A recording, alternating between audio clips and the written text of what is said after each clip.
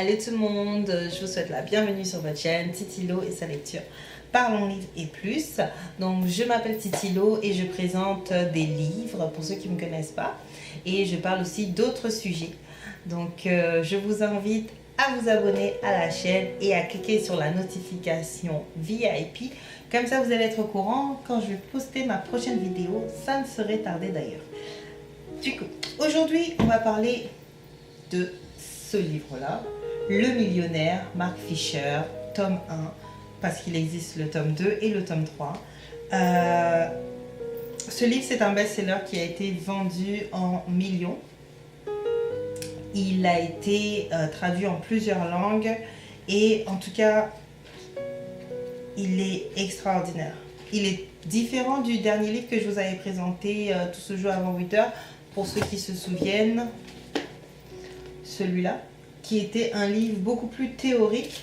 Ça fait déjà 2 livres en 60 jours. Je ne sais pas si vous vous rendez compte, mais ça va très vite. Pour des personnes qui n'aiment pas lire, vous avez déjà lu 2 livres en 60 jours. Je trouve que c'est énorme.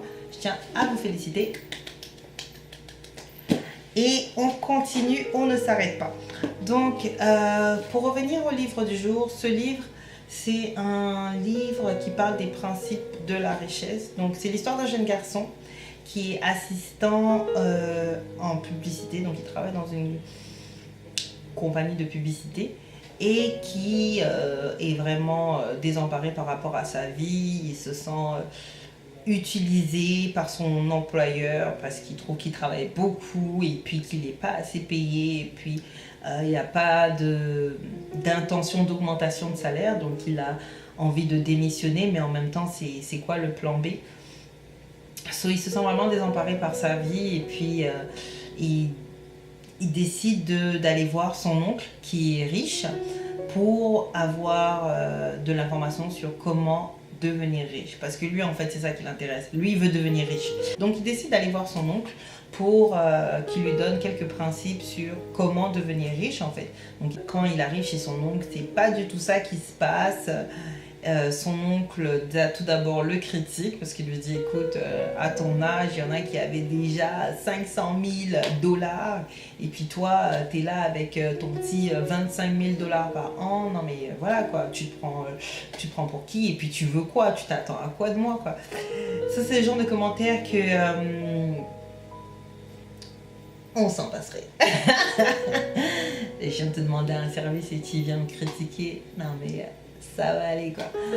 Du coup, le neveu, bah, il avale sa salive quoi. Et puis il se dit ok, bon ben voilà quoi. Et son oncle lui demande bon ben de toutes les façons tu veux devenir riche, mais tu veux devenir riche pourquoi? Parce que l'argent ne fait pas le bonheur. Et puis là, son neveu lui dit non mais voilà, j'ai des projets, j'aimerais faire ci, j'aimerais faire ça et tout. D'ailleurs, je pense que j'ai son... Qu'est-ce qu'il voulait faire? Parce que le gars, il avait quand même des projets qui étaient intéressants. Je vais juste vous lire. Il dit, je veux devenir riche parce que je suis pauvre. Waouh, c'est fort, je trouve. Je veux devenir riche parce que je désire tout connaître. Les plus belles villes du monde, les plus grands musées, les plus grands restaurants. Je veux devenir riche pour être libre de faire ce que je souhaite, quand je le souhaite, où je le souhaite. Oh my God. This is it. This is it. Yo, I wanna do that too. Ça c'est... En tout cas, je sais pas pour moi, pour vous, mais pour moi, this is it. Yeah, tu veux devenir riche pour faire ce que tu veux, quand tu veux, où tu le veux. Si tu veux pas te réveiller aujourd'hui, tu te réveilles pas. Mais tu sais que ça va rien changer à ta vie. Si tu veux prendre l'avion aujourd'hui pour aller faire le tour du monde, tu sors, tu prends l'avion, tu fais le tour de ton monde. C'est ça, les gens veulent être riches pour pouvoir faire des choses qu'ils ne sont pas en mesure de faire. Mais en fait, son oncle lui fait comprendre qu'il ne faut pas vouloir être riche juste pour être riche, juste pour avoir de l'argent. Parce que l'argent ne fait pas le bonheur. Je l'ai déjà dit, mais je le répète encore. L'argent ne fait pas le bonheur, mais l'argent contribue à ton bonheur. Et puis son oncle lui fait une réflexion que j'ai trouvée qui était pertinente. L'oncle lui dit, non, le petit dit, enseignez-moi. Je suis prêt à tout pour atteindre mon but. Et son oncle lui répond, et si une fois devenu riche, tu n'es pas plus heureux, est-ce que tu vas m'en vouloir? Puis il répond, je suis sûr qu'une fois riche, je ne serai pas malheureux. Et puis après, plus tard, l'oncle lui dit, parce que tu es pauvre et malheureux, tu as une excuse. Tu peux toujours te dire que si j'étais riche, je serais heureux. Mais une fois riche, tu n'as plus d'excuses. Tu es laissé face à toi-même.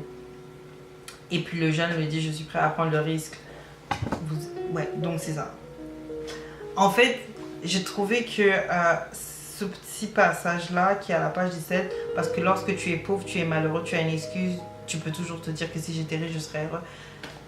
C'est une réflexion en fait sur la personne. Parce qu'on veut toujours avoir plus, plus, plus. Mais est-ce que si tu avais ce plus-là, est-ce que tu es sûr qu'en ayant ce plus-là, tu seras heureux? Des fois, il faut juste savoir se contenter de ce qu'on a. Et c'est bien assez comme ça. En fait, quand vous lisez l'histoire, vous comprenez que l'oncle, à cause de... Je sais pas si je dois dire... Ben, je veux dire sa gourmandise, en fait, de l'argent, il a détruit sa famille. Et donc, du coup, il est rendu malheureux. Donc, le bonheur, l'argent ne fait pas toujours le bonheur. Il faut savoir le gérer. C'est important. C'est pour ça, ce livre a vraiment des petites morales à gauche, à droite, des petits principes qui vous balancent à gauche, à droite, qui vous aident à garder le trac. Donc maintenant, pour revenir à l'histoire, donc l'oncle lui dit, écoute, moi je peux pas t'aider parce que vu que je suis pas heureux, je serai pas un bon mentor, donc je vais te recommander quelqu'un que je connais qui est riche et heureux. Donc ça existe aussi d'être riche et heureux, ça veut pas dire que si vous avez beaucoup d'argent, vous allez forcément être malheureux. Non. Donc c'est ça. Et donc il lui fait une lettre de recommandation pour qu'il aille voir cette personne qui est le millionnaire justement. Et puis bon après, la suite de l'histoire c'est que le jeune garçon va aller voir le millionnaire et puis le millionnaire va lui enseigner, va accepter de lui enseigner les règles de base de la vie et les règles de base de la richesse. Et ce sont des principes qui sont simples, des principes qui sont accessibles à tous. Des choses que des fois, on a l'impression que c'est loin de nous, mais en fait, ce livre-là les ramène tellement près de nous qu'on se rend compte que en les mettant en pratique, notre vie, elle prend une autre dimension. Donc, je vous recommande ce livre fortement. Fortement. C'est un petit livre, regardez. Il est tout petit. Il fait 116 pages, je me rappelle bien. Non, c'est 119 pages.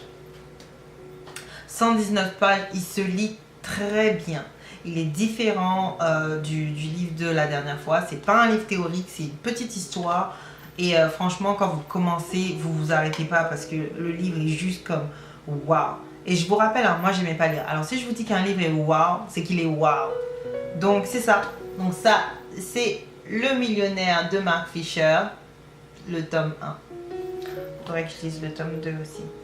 Donc on est rendu à 2 livres. Ok, aujourd'hui je vais vous présenter 2 livres. Vous n'avez pas besoin de lire les 2.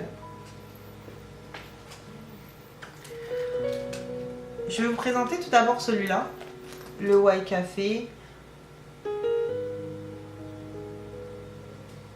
de John Strelecki. Son nom m'a même pas marqué. J'espère qu'il va pas trop se fâcher. Ce livre, il a malheureusement pas fait l'unanimité dans le club de lecture, mais je tenais quand même à vous le présenter parce que les goûts et les couleurs, ben ça se discute pas, ok. Moi j'avais aimé. Personnellement, j'avais trouvé qu'il était pas mal, il était différent.